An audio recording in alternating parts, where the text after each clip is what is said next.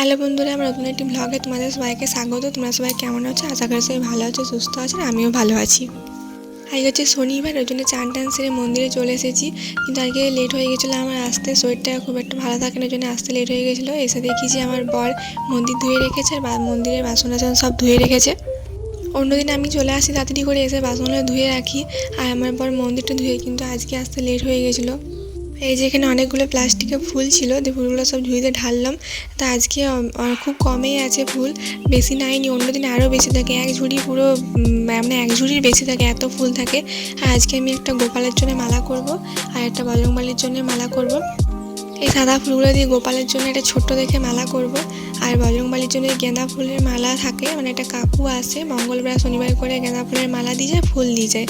দিয়ে ওই মালাটা আসলে দোকানে তৈরি করা, তো ওই জন্য মালাটা মানে অনেকগুলো গেঁদা ফুল একসঙ্গে দিয়ে দিয়ে চেপে চেপে মালাটা অনেক ছোটো হয়ে যায়।